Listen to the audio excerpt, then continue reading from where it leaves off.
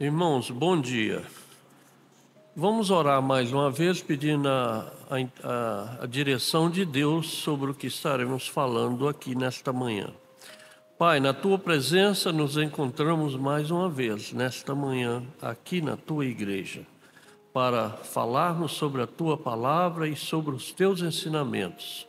Corrige os nossos lábios e ensina-nos, ó Pai, a dependermos de Ti e falarmos aquilo que o Senhor colocou no coração para que a Tua vontade seja feita.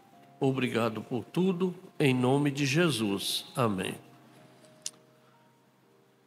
Meus irmãos, eu escolhi esse tema, Cristo vive em mim, porque é um texto que para mim foi muito importante, porque ele traz algumas ideias de como a igreja deve estar alerta e preparada para enfrentar determinadas situações dentro do seu contexto congregacional.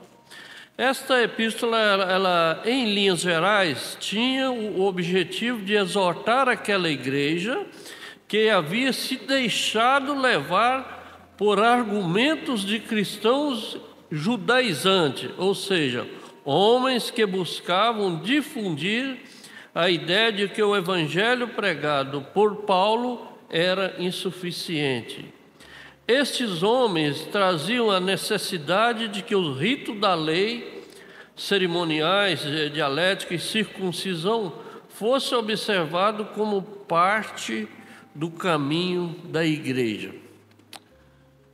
Às vezes, irmão, nós temos que ter a sabedoria de trabalhar, com as pessoas que às vezes têm esse mesmo pensamento, Há muitas pessoas dentro das nossas igrejas que ainda não deixou essas coisas no seu coração. Dentro de suas ideias, eles entendem que o evangelho da graça não é suficiente para a salvação. E que as pessoas, para serem salvas, precisam continuar praticando aquilo que a lei determinava, Mas Paulo, ele trabalha muito tranquilo com essa ideia. E uma coisa que me chama a atenção é que, de fato, quando Cristo vive em mim, a minha vida é transformada. Meu irmão, se a sua vida não foi transformada e se não continua esse processo no seu dia a dia, você precisa orar um pouco mais e estudar melhor a palavra de Deus. A gente precisa, o texto fala, Gálatas 2:20, fui crucificado com Cristo, assim já não sou eu quem vive, mas Cristo vive em mim. A vida que agora vivo no corpo, vivo pela fé no Filho de Deus que me amou e se entregou por mim. Aqui fica muito claro que houve uma transformação na conversão de Paulo. E ele faz uma defesa interessante que ele entende que, de fato, o chamado dele foi diretamente por Deus. Ele entende isso que, de uma maneira muito especial, que o Evangelho foi revelado a ele, Ele fala que não recebi de pessoas alguma e nem me foi ele ensinado. Pelo contrário, eu recebi de Jesus Cristo por revelação. E às vezes a gente não entende muito, porque Paulo era um perseguidor da igreja. Paulo, ele trabalhava contra os ensinamentos da igreja, E às vezes a gente não entende bem como Deus faz na vida das pessoas. Se fôssemos perguntar como foi o processo de conversão de cada irmão aqui nesta manhã, cada um teria uma história diferente. E é assim mesmo, né? É assim que a coisa funciona. O Evangelho, quando entra no coração de cada pessoa, ele transforma a vida das pessoas. Se isso não tem acontecido com você, precisa melhorar.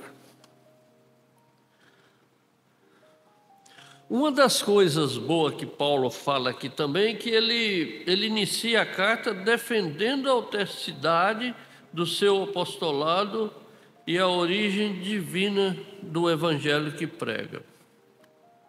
Assim como naquela época, e hoje também às vezes acontece, as pessoas não acreditam muito na liderança. Não é diferente do nosso dia de hoje. Mas Paulo faz a sua defesa e ele deixa bem claro, e eu acho que é isso que precisa, né? Nós temos essa certeza que a revelação da graça foi dado a cada um de nós. E que é pela graça que somos salvos, porque não é pelas obras, mas pela graça. E é interessante que essa graça, ela precisa modificar o nosso comportamento. Porque é pela graça que eu vou produzir bons frutos, que eu vou trabalhar, né, conforme Paulo ensina aqui. A mensagem de Paulo não é uma invenção humana, mas uma comunicação direta de Deus. Aqui, irmão, eu faço um ponto interessante, que nós, da liderança, de uma maneira geral, precisamos ter muito cuidado com aquilo que fazemos no contexto da igreja. Mas a partir do momento que eu tenho certeza que aquilo que eu estou fazendo está dentro da vontade de Deus, eu não preciso preocupar com as pessoas, porque Deus vai direcionar tudo aquilo que precisa ser feito no contexto da igreja. Muitas das vezes a gente não vai concordar, mas Deus vai dar a resposta certa e vai trabalhar com cada pessoa. E muitas das vezes, irmãos, o evangelho genuíno, ele vai espantar algumas pessoas. Se não fosse isso, nós não tínhamos diversas religiões, né? Era uma só. Mas assim, a gente não precisa preocupar com aqueles que não são nossos. Nós precisamos preocupar com aqueles que estão no nosso meio e que precisa, né, de cada um de nós. A gente precisa trabalhar com isso.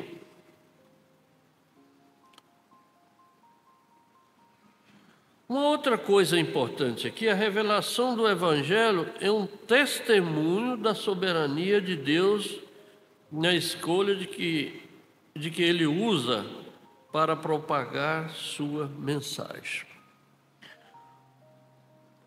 O Paulo deixa claro que a autoridade e a mensagem vêm diretamente de Deus. Aqui a gente pensa de uma maneira muito consciente que nem sempre tudo que a gente vai ouvir vem diretamente de Deus. E é nesse sentido que nós precisamos ter a capacidade de discernir aquilo que é de Deus e aquilo que é do homem. Há muito pregador vaidoso, irmão. Há muito pregador vaidoso. E isso está no nosso meio batista também. Não é só lá fora, não. Está no nosso meio. E a gente precisa ter a capacidade de discernir aquilo que é verdade e aquilo que não é verdade. Como eu faço isso, irmão João Vitor? Lendo a palavra de Deus, contextualizando.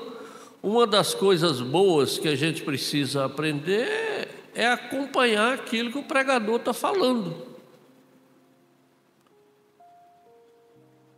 Para você ter a condição e a capacidade de discernir aquilo que você está ouvindo, né?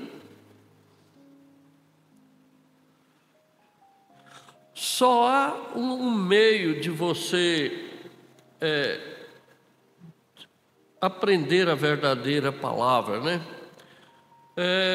Ela vem por meio da leitura da palavra e oração, assim como submissão à vontade de Deus.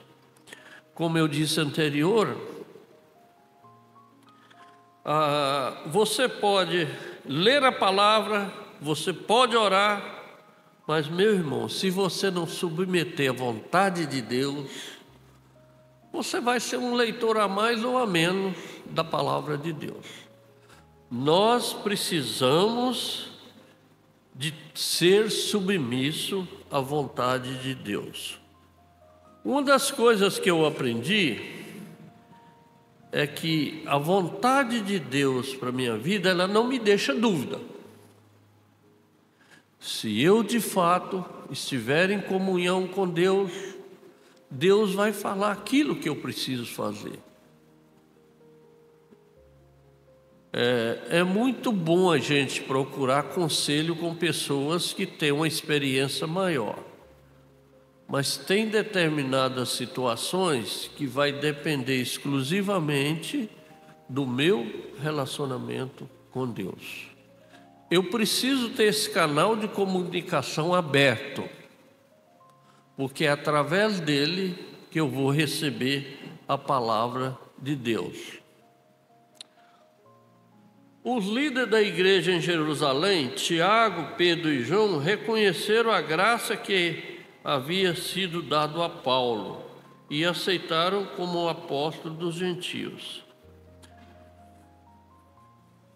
Às vezes eles procuravam, né, realmente saber de fato a vida pregressa dos seus pregadores. Isso aqui é importante para a igreja, irmãos. A igreja, quando vai convidar alguém para ser o seu líder, o seu pastor, ela precisa ter sabedoria em escolher pessoas que realmente são dependentes de Deus. Independente do que ele vai trabalhar com a igreja, muitas das vezes a palavra dele não vai ser açucarada para a gente, mas ela precisa ser dita. E quando ela é dita dentro da vontade de Deus, edifica a igreja. O que acontece na maioria das vezes, irmãos, é que há muitos pregadores que usam da palavra de Deus para difundir as suas ideias. Em vez dele centralizar na palavra, ele procura outros caminhos. Ele não tem capacidade de conviver com aqueles que são seu adversário e fica batendo por intermédio do púlpito. Púlpito não é local de desabafo. Púlpito não é local de desabafo. Aqui é local para pregar a palavra.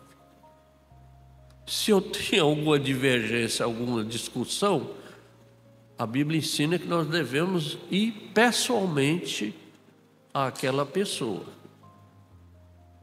Às vezes é muito difícil. Para mim, uma das coisas mais difíceis é pedir perdão para os outros. Então, o que eu me policio? Eu procuro evitar magoar as pessoas. Se eu não tenho facilidade para pedir perdão, eu posso ter facilidade para não ofender as pessoas. Isso eu tenho controle. Porque o controle disso é de cada um de nós. Outra coisa importante, e aqui é que pega, meus irmãos, a importância da colaboração no corpo de Cristo, a importância da relação na missão da igreja, independente das diferenças. Mas nós precisamos ter unidade dentro da igreja. O nosso maior problema aqui da nossa igreja local hoje, eu vejo e eu falo isso com liberdade, porque é um pensamento meu, nós temos uma juventude que não frequenta os cultos da manhã. Eles vêm no culto da noite, no sábado, mas não vêm aqui pela manhã. Alguma coisa está errada. Porque se a igreja não é unida, tem grupos dentro da igreja, e isso não é recomendável. Eu acho que nós precisamos trabalhar na nossa igreja nessa ideia de incentivar os nossos jovens. Não é criticar não, porque criticar é muito fácil. Mas é conversar com eles. É dialogar com eles. E às vezes trabalhar tema que é de interesse deles nos cultos da manhã. Mas eu vejo que aquela ideia de que eu posso ficar em casa, ler a Bíblia então, o culto é coletivo, meus irmãos. O culto é coletivo, ele precisa. Nós precisamos participar porque é a forma que nós temos de crescer. Eu fico, às vezes, preocupado com pessoas que falam, não vou na igreja não, porque hoje é sessão. Para mim, as sessões administrativas da igreja, ela é de suma importância, porque é nela que são tomadas decisões que podem me atingir direto ou indiretamente. Eu não venho nas sessões, mas fico criticando por fora as decisões que a igreja toma. Se você estava aqui e não teve coragem de falar, você tem que ficar calado. É o que eu penso. Se você estava na sessão, não tem coragem de levantar a mão, porque o nosso sistema é um dos melhores sistemas do mundo. Você tem a liberdade, independente de agradar ou desagradar qualquer pessoa. Meus irmãos, eu gostaria de falar isso e isso. Seja educado também, não precisa atropelar todo mundo aqui na frente. Mas você pode discordar daquilo que está sendo proposto. Se você tem argumento suficiente para fazer isso, não há nenhum problema.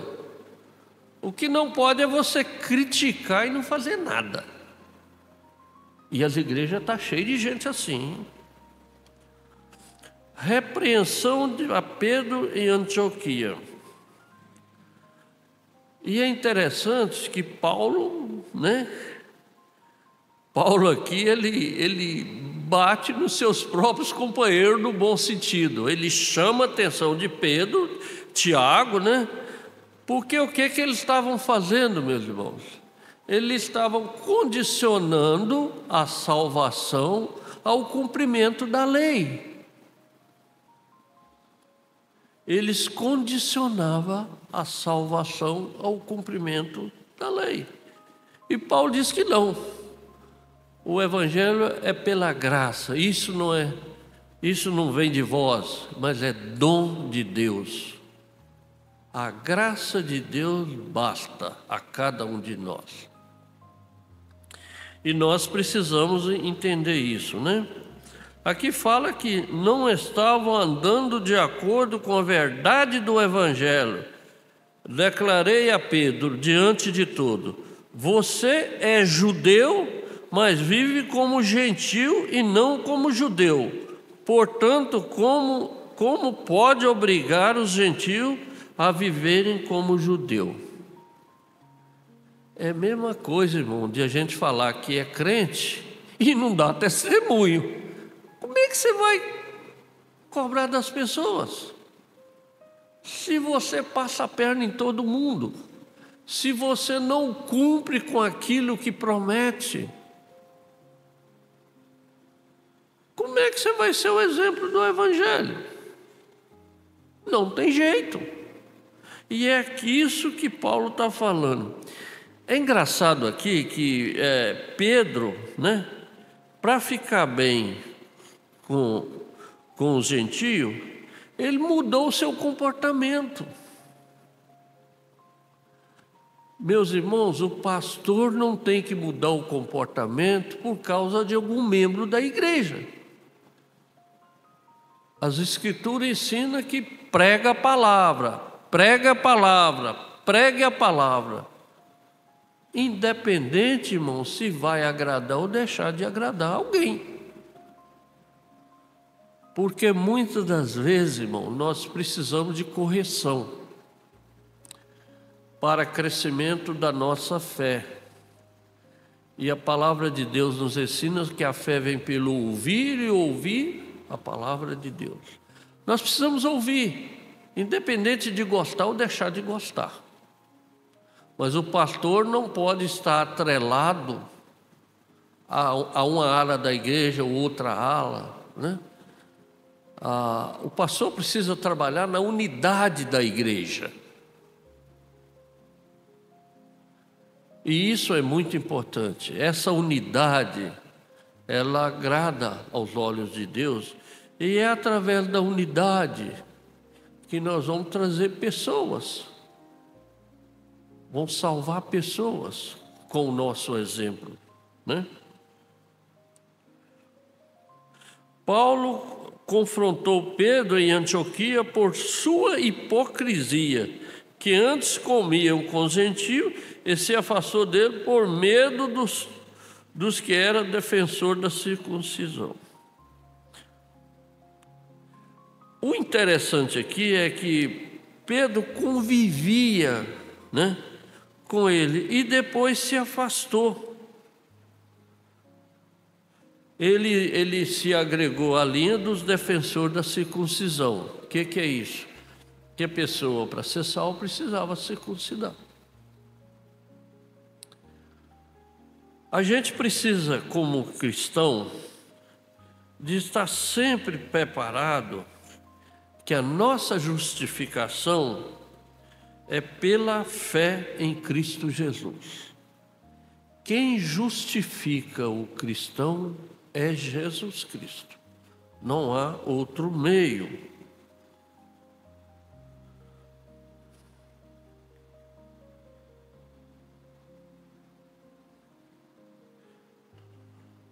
E ele deixa bem claro aqui que declara que a justificação é pela fé em Cristo Jesus e não pelas obras da lei. Interessante que nós aprendemos na quarta-feira passada que obra e lei, elas são agregadas à nossa fé.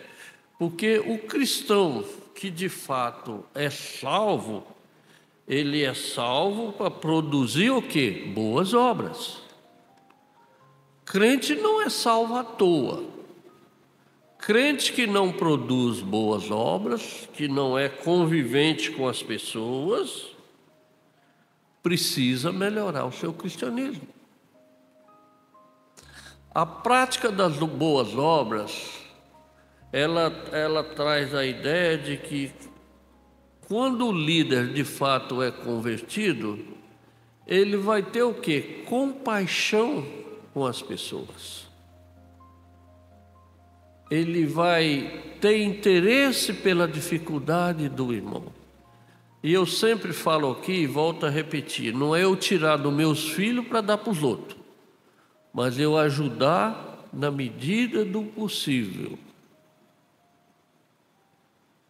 Não fugir essa ideia, né? Não fugir esse compromisso.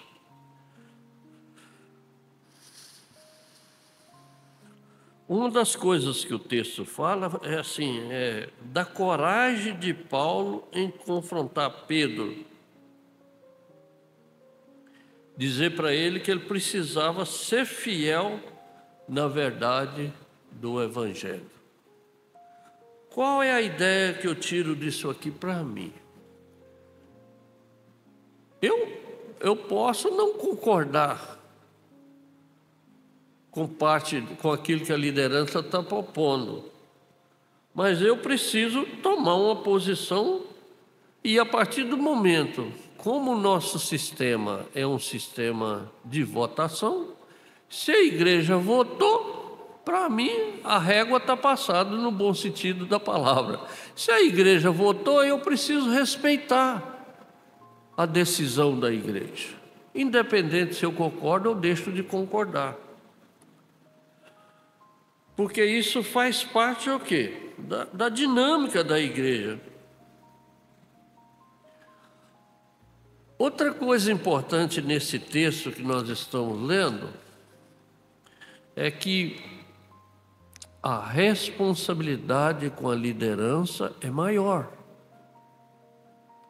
Nós, como líder, nós precisamos ter uma vida ilibada. Principalmente comprar fiado e pagar, né? Comprar fiado e não pagar. Tem muito crente que só, vou te falar, é difícil de lidar com ele, viu? Tem crente que carrega a Bíblia debaixo do braço, mas só para ter oportunidade de dar uma pernada no irmão. E a gente precisa acabar com isso dentro da igreja. Isso não está fora não, está na igreja. A gente precisa ter esse cuidado, irmãos, porque isso não produz, realidade para nós. A justificação pela fé em Cristo Jesus. Sabemos que o homem não é justificado pelas obras da lei, mas pela fé em Cristo Jesus. Temos crido em Cristo Jesus para sermos justificados pela fé em Cristo, não pelas obras da lei, porquanto pelas obras da lei nenhuma carne será justificada. Ou seja, se não for pela graça e misericórdia de Deus, nenhum de nós seremos justificados. Não há outro meio. Eu posso fazer o bem da forma que for, mas se não for debaixo da graça de Deus, pela graça de Deus, não vai funcionar. Há muitas pessoas que eu conheço na sociedade que dão um exemplo de pessoas íntegras. Mas eu gosto muito de falar isso porque o pior cristão é melhor do que uma pessoa boa que não tem Jesus como Salvador. Não adianta eu ser bom se eu não crer no Senhor Jesus como Senhor e Salvador da minha vida, eu não vou para o céu. Irmãos, há muita gente indo para o inferno. E a responsabilidade é nossa. Pelas obras da carne, pelas obras da lei, nenhuma carne será justificada. A salvação é um dom gratuito de Deus, recebido pela fé. Quem dá a salvação é Deus.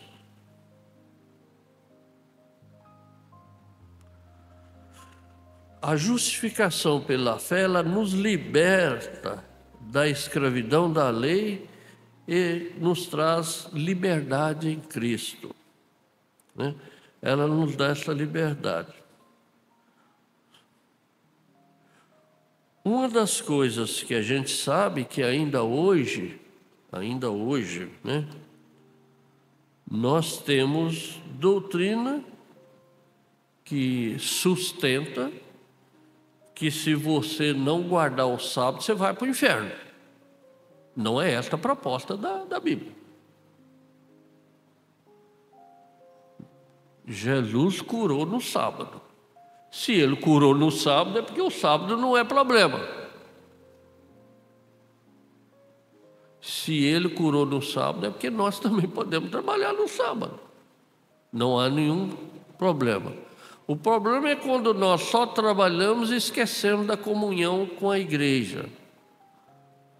Há pessoas que trabalham dia e noite sem dar assistência até à família. E a gente precisa pensar nisso, né? De forma que eu pratico as boas obras por ser salvo e não para adquirir a salvação.